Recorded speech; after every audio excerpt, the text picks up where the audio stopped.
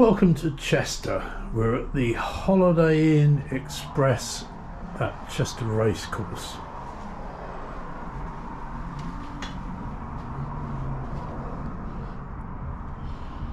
That's the view out the window. I'm about to walk up into the town to the venue. Just waiting for a video to upload to YouTube and then I'll get going. Lovely day. We drove up from London today, so we've now finished the part of the tour that was sitting on the train for hours. I'm kind of relieved, really. It was very nice to sit on the coach today with room to spread out and generally chill. I finished editing this video, which is the second one from my visit to Brands Hatch a couple of weekends ago. Or was it one weekend ago? I don't know, I lose track. No, a couple of weekends. This looks remarkably pleasant. Apparently we played here on the 2023 tour, but I have no memory of it. So, we'll see.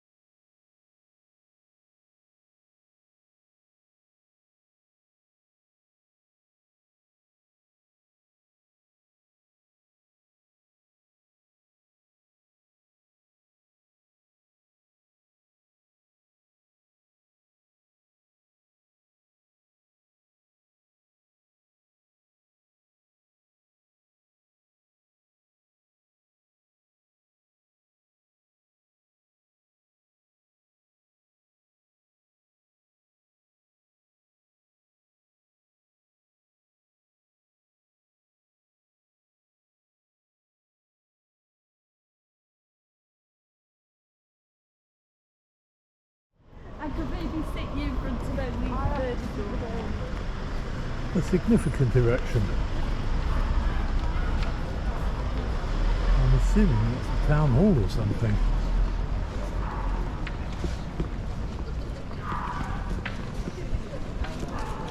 And a conveniently placed elephant. This early Indian elephant is called the Janu, a gift from Chester Zoo, the people of Chester, to celebrate the strong friendship between the zoo and the city. Yeah, I don't do zoos, I hate them. And some sculpture. Excellent. It's a sculpture.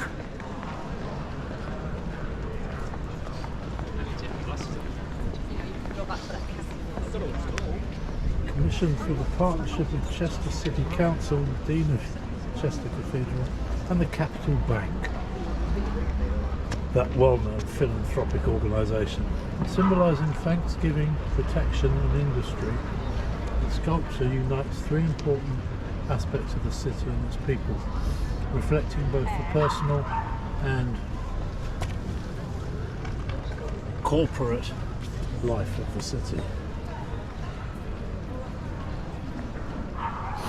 Yeah, God bless the corporate life of the city, eh? Thank God for the corporations. 1992 this was unveiled. And there's no doubt there are those who railed against it. That's true.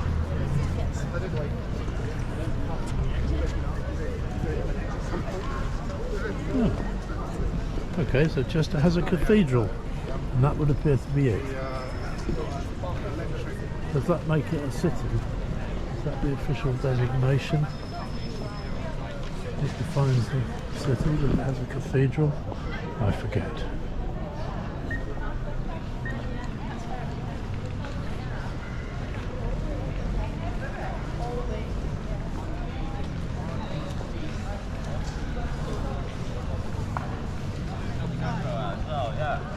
Molly's Sweet Shop. G'day, boys. Well, and again, all together, g'day. G'day.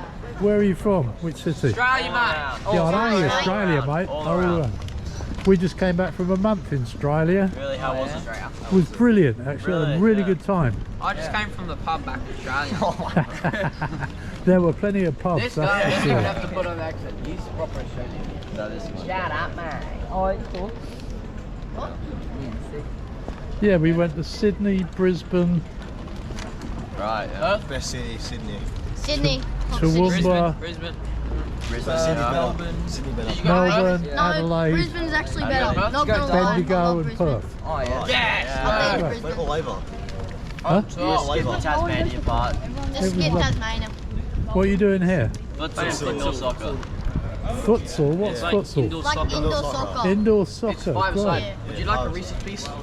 Oh no, thank you. I would, but I'm not going to have one. That's kind of you. Appreciate it. Good. Well, enjoy Thank you. Thank you. Have a good one, mate. and win. Yes. Yeah, we will. Yes. What's your channel? Wait, someone with data search him up. I'll look it up. We'll subscribe. Jay Alright, let's spell it like It's like Jay. Stapley. Jaystp. No, STAP. Hey, come on. Good one, John. LEY. Not that hard. Jay Steve. And I do a playlist that's called Jaywalking, and that's what this will go on. Yeah. Yeah, 60. And I do a playlist called Play Guitar Like a Pro, which teaches you how to play guitar like a pro. Like a pro. So that's what I do. No, 666. We just subscribed to you. Thank you. I'll subscribe to you as well. sub to you. Keep up the work. I need to get my watch hours up so I can actually earn some money from it. So. I'll watch some more tonight for you. Well, all the Australia videos are on the playlist. Okay, so on the what's that? Jaywalking playlist. Let's find an Australia place. Jaywalking. It's a jaywalking playlist. Good. Right, I've got to go. I've got to work. See you later, boys. Enjoy. Wait, were you recording? Yeah. Cool. Do I have to get signed release forms from you? No, it's alright. You got our consent. You got our. Thank you. See you, boys. Have fun.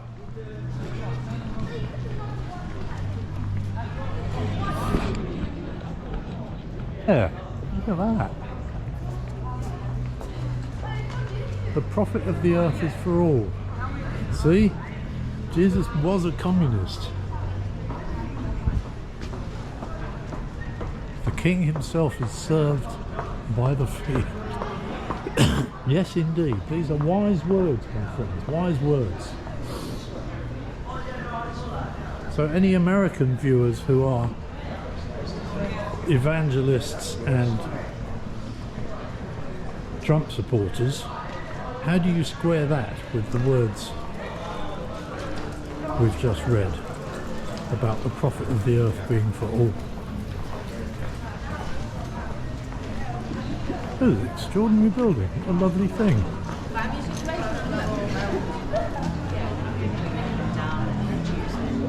Wow.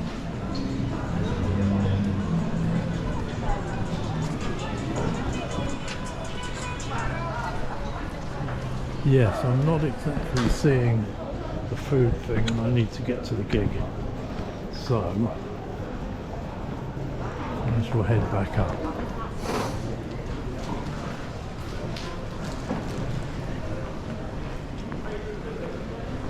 A fine bunch of young lads there.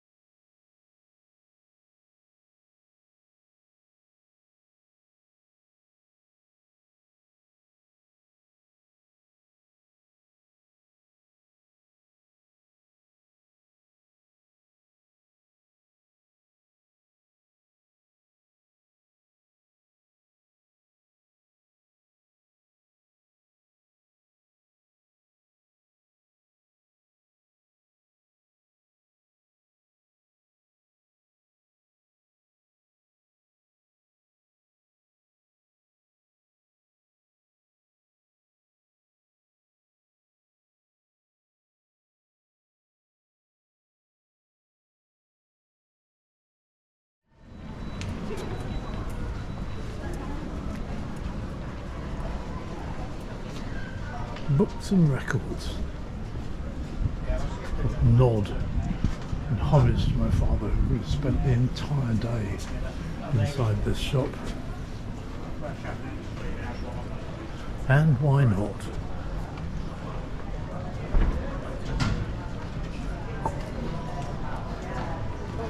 Delicious Dutch style chips? I think not. Oh dear, oh dear, oh dear, oh dear. The shiny precious things. I will not eat the shiny precious things. Especially not that one. Or maybe I'll have a smoked salmon and cheese. I know, this is what I was bagel. It's a thinking. kind of virtue signal. Yeah.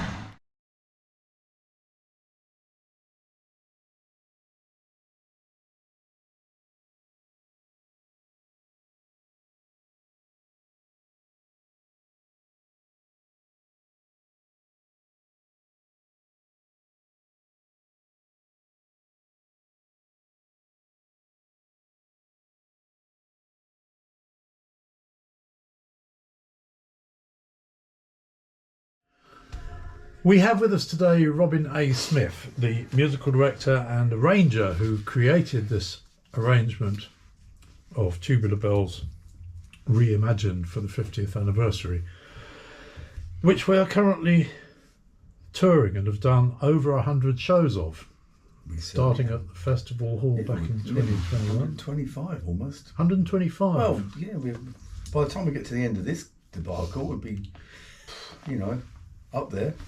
Okay, good. So, before I start on the serious questions, you wanted to talk about a level playing field. Oh, you had to bring that up, didn't you? You just had to bring that up. Lokes Park, High Wycombe, it's not a level playing field. So if you were the home team and you chose to go that way, you'd lose in the first half, Right. but you always knew you'd win in the second half. Okay, intriguing. We can finish that subject right now if you like. Okay, that would be good. That's level playing fields taken. So, first of all, just a brief potted biography of how and why you became a musician. Okay, so potted. I was taken to my first piano lesson when I was 5 in a little village, Knaphill, and one of those freak people who I went to a piano lesson and I came back kind of knowing what I was going to do for the rest of my life. I just had this natural thing to sit at a piano and I had no fear, and for some bizarre reason my fingers just knew exactly where to go, and that's continued all the way from it's very, very peculiar. Okay, I mean that's borderline autism, isn't it? It is, no, I think it is. I mean, I used to sit there at the age of 9 and sit there next door to Mozart and Schubert, depending on what day of the week it was, and I would pretend that they were sat next to me, kind of talking to me, or egging me on, or whatever. Wow. It's borderline madness, I think. That's extraordinary. Yeah, I mean, I just had this thing of like knowing how fingers work to make a chord, to make a progression, to make a harmonies and everything. there is an argument to which I must admit I subscribe, and anybody that suffers from autism, I hope you'll forgive me if I'm totally off the mark, but I think autism seems to manifest itself as a desire and a compulsion to impose order on a world where there is no apparent system. Okay. And music seems to me very much like that. Oh yeah, no, I mean you do get cases. I mean, I don't regard myself as being autistic, but certainly I recognise where there were some amazing musicians, both either percussion or players who are autistic. Luckily, I had a fantastic relationship with the world. I don't now because I can't stand people. But apart from that, it just felt really natural to me. The whole nature of music, the whole order of music, and the creativity just seemed, that's part of life. It's like breathing, Right. or eating ready break. Well, it's been an extraordinary thing, I mean, we occasionally rub up against each other in uncomfortable ways, but I have to say, It's a lie. the second you sit down at a piano, my heart melts. Yeah, but thank you. That's really, I really All love over it. But the the floor. point is, the moment I sit down at the piano, my heart melts. To have this thing that is not given you, it's not a conscious thing that you're doing. Right. it flows through you, and as long as Yes. you set yourself up, it's like, whoa, I just did that. You know, you go, whoa, that's incredible. It's been my experience a lot that the best gigs I've ever done have been when I've been dog tired, Yeah. and you get out of the way of it and it flows through you. And I've been called a tool many times in my career, but you feel like you are just a tool in its service. Let's just move on. Let's go back to the level playing field. So- It's a much safer arena. So, how did the concept of the Tubular Bells reimagined thing Okay, come so about? that came out of probably a lifetime of doing this. So every time, even any time I hear something, even as a young child, if I heard you know, I'd hear a folk tune and I would reimagine it immediately. I would either change its tempo, change its harmonies, change whatever, whilst sticking true to the melody. My always homage or an adage to it all is to go, this is the melody, well, I'm not going to change that. I'm going to make everything under it reimagined. And I've been doing that all my life. Right. Benjamin Britten, one of our great composers, but his folk tunes, and I was always taken by his arrangement of Sally Gardens, which Peter Pears... We recorded it many We did, years I mean, ago. yeah, well, if you go back to the original version, which is really simplistic on the piano, he just changes things. He doesn't touch the melody, changes harmonies to create different emotions. It's extraordinary how, you know, one change puts you in a different place. Right. What's that got to do with the Tubular Bells? Well, same thing happened there. So at the end of a grandioso career, I just wanted a great challenge, and I'd written an opera or a cantata, which, you know, you write something these days and there's only one person particularly interested in it, and that's me. And I really wanted a second half for this amazing thing that no one was interested in. I thought, I know what, I'll redo Tubular Bells as a second half to my amazing cantata, which have I mentioned I'm the only one who's interested in it. You did mention that. No, so I did that. So that was the nucleus of going, right, I'm going to take, because I'm going to reimagine every single note of it. Same thing. I sat down. How did you do that? Well, it's very funny that you should ask me that question. Go and ask me that question. How did you do that, Robbie? No, I was thinking, you know, and I thought, yeah, because it's a similar thing. When some of the, I'm not saying, but when artists want to create a picture of something or whatever, they do a faint sort of charcoal sketching. I knew that, and I've done it before, I did it with Elvis and whatever, but if you take, with Tubular Bells, I basically took a sketch of the whole album, i.e. I took the tempo, the exact tempo of every single nuance of time change and everything of the whole album meticulously. So then I had it, so I could actually listen to the album with my own click, which I was working in Logic, which enabled me to either listen to a section and go, okay, I'm going to reimagine that as this, and enabled me to go through the whole thing. Obviously at the time I didn't think there was going to be any guitars on it. I know, it's funny how you can have these wild ideas in your head. Let's not go down that route. In terms of the time changes, I know from my limited knowledge of classical music that it is common for composers to introduce what I believe is called rubato, which is speeding up and slowing down. How much of that do you think was deliberate in the original record of Tubular Bells? I think hardly any. I think it was natural playing. I mean, it sounds daft, but you'd be doing the same if you were playing and you shifted your knee, Yeah. or you're scratching your head. You would naturally do, yeah. Yeah, and so, but it's there. But the beautiful thing about doing it in not copying, but respecting it, you don't know, but it's all there. You just feel it's there, you know. So. I mean, this is a thread that, as I've got to know the piece and play it a lot, I think of a lot. My first entry, after about 3.5 minutes of a bar of 7 followed by a bar of 8, bar of 7, bar of 8, bar of 7, bar of 8. For some reason, he switches that around on the E minor of each of those sequences to a bar of 8 followed by a bar of 7. Yeah. And for me, that's redolent of a late night in the studio. You're really tired. He's had this idea for this guitar part. He's whacked it down. Come in the next morning, probably not realising at the time that it's switched. No, absolutely. I think that's the amazing thing about Tubular Bells and Mike's work during that period. That so much was we was unconscious, Right. unconscious genius in a way of things like that. Just things. Oh, I've changed it around. I don't know why I've done it, but I didn't do it on purpose because Mike that knows nothing about music.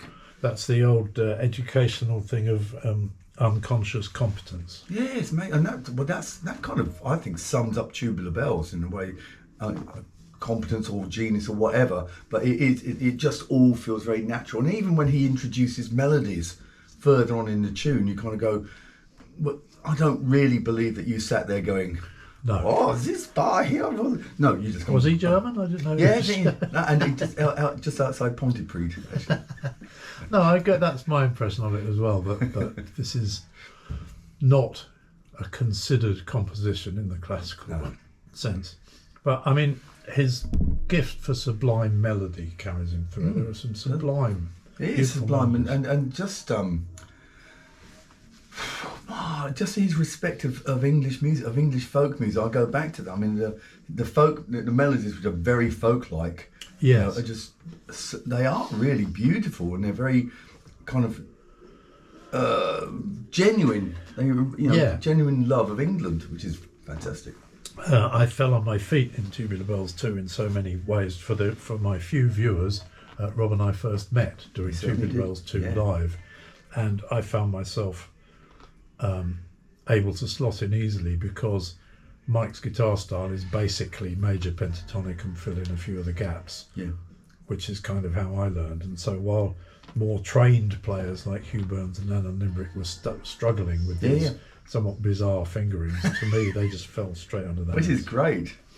That's why you and Mike had this fantastic relationship together. We did end up. He No, ended I up know, being it's very kind, No, actually. he is very kind.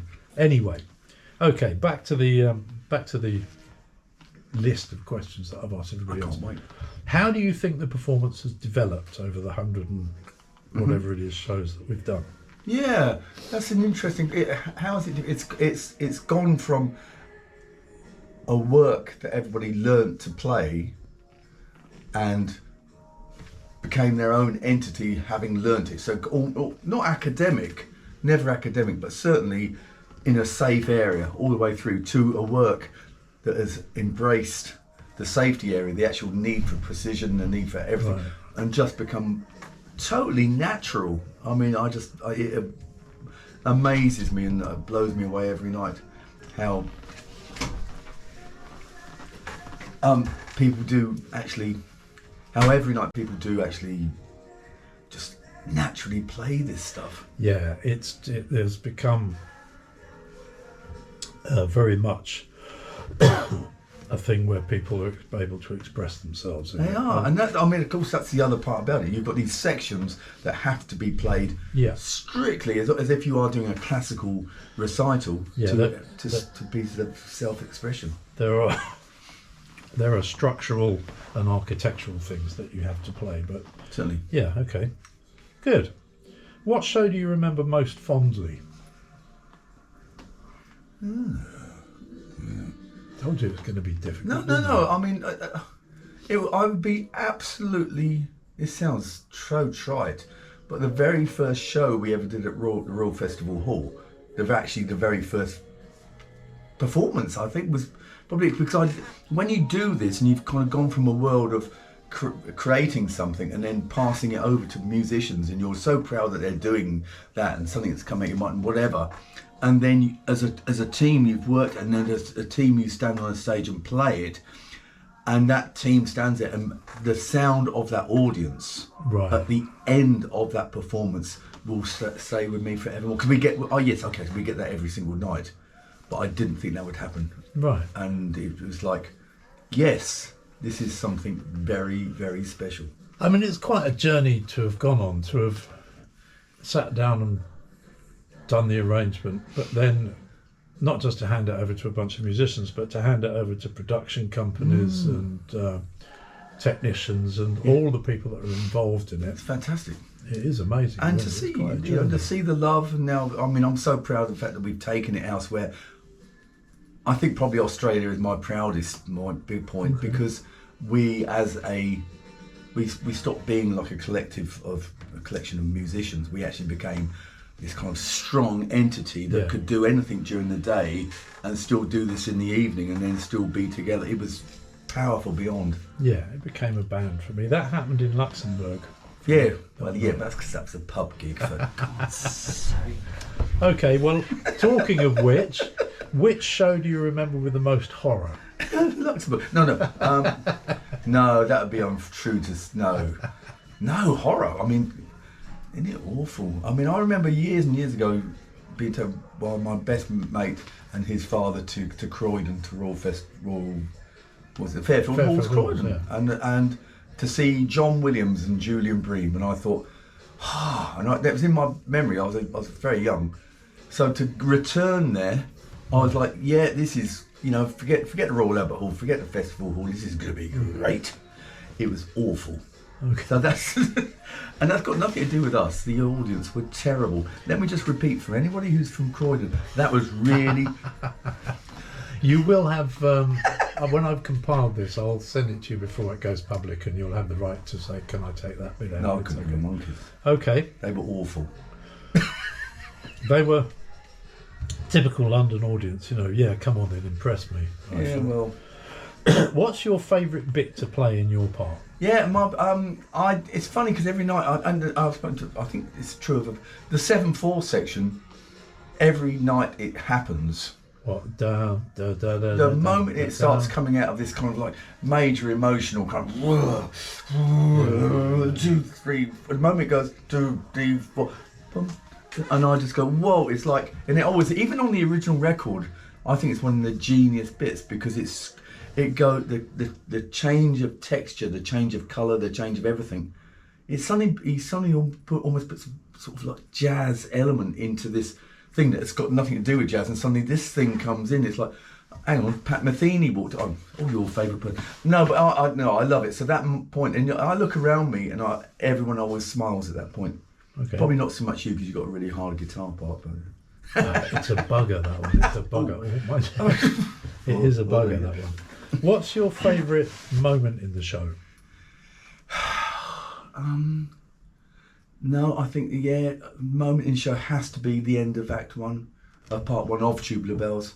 Right. I mean, just that you know that when the light's going down and Max plays that chord, you just know the sound that's going to happen, and it varies each night, but it doesn't vary much. This huge. Can you imagine? This is a collective of so many people who, at that point, want to give you a message. They want to say thank you, and that's so powerful.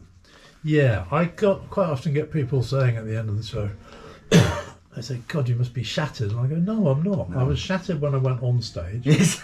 I've now just had the love of 2,000 people hurled at me. Yeah. I'm invigorated. It certainly is. Very lucky.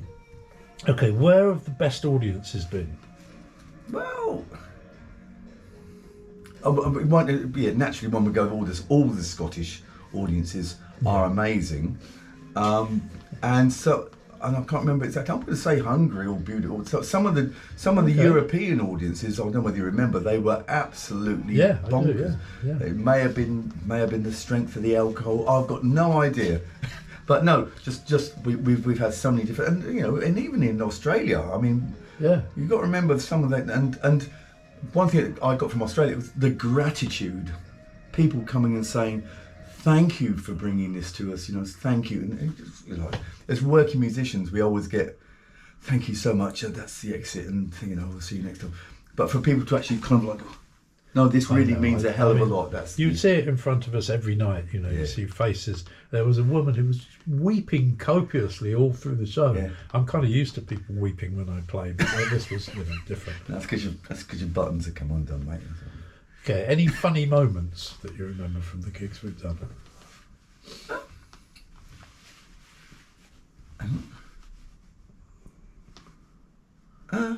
No. Okay, given that it's not a laughing matter. I mean, there are. I mean,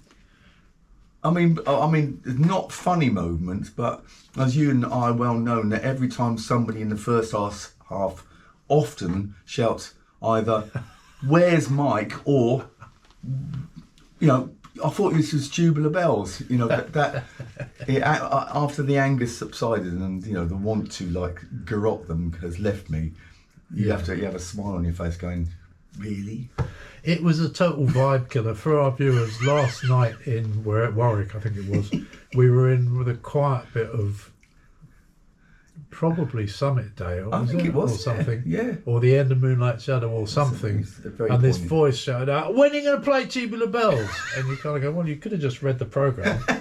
More to the point, you've just completely killed the vibe in totally. the room. You can feel the room just freeze in embarrassment. I suspect the people around him gave him a seriously hard time. Okay, I'm going to switch the order of these two around. What are the technical challenges for your instrument in the show? Well, I mean, for me, from my aspect being playing an acoustic piano, which obviously is an acoustic piano, which is dynamic of itself, but needs to be mic'd, playing electronic keyboards in a mixture of an ever-changing sound. So the sound on stage isn't like, oh, we've got a band and everybody's going to play it. 1, 2, 3. It's forever changing. The technical part for me is actually getting a sound that works for elements which is such tiny dynamics to massive dynamics, almost symphonic dynamics. That's and you live with that, and that's part of being a working musician. Indeed. Do you have a message for our audience? Even the ones that shout out, "Where's Mike?" Or and people from Croydon, move. No, no. I think that the message that I would put out, but certainly the message that we give is that if you learn your craft as a musician, you learn all the aspects, the theory, the technique, the love, and you put that into your life. One day you could be standing on that stage and doing the same thing. It's about, and what I love about it is that people do recognise that what we're doing, that we are musicians, standing there performing. We're not just sort of standing behind, just something. We are physically putting ourselves, each individual person. It's fantastic. You commit your soul. Yes. Great. Thank you, Robin. Anything else you want to talk about? Football? No. Okay. No, everything's good. No, it's lovely, mate, and the lovely thing you're doing. Thank you.